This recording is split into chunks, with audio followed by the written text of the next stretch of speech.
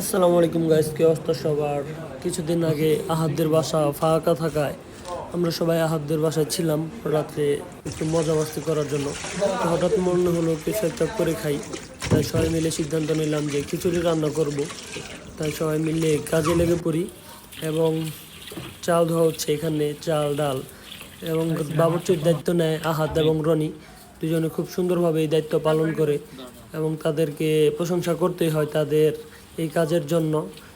তারা মাংস কষাচ্ছে খুব ভালো করে এবং চেষ্টা করেছিল যাতে খাবারটা খুব টেস্ট হয় এবং দারুণ হয়েছিল। এই যে আমাদের সেই কাঙ্ক্ষিত দুই বাবুর্চি, টেডা আরিফ এবং রুমান আহমেদ রনি, বলদারনি, যাকে আমরা বলদারনি বলে খেপাই, তারা দুজন রান্না করছিল।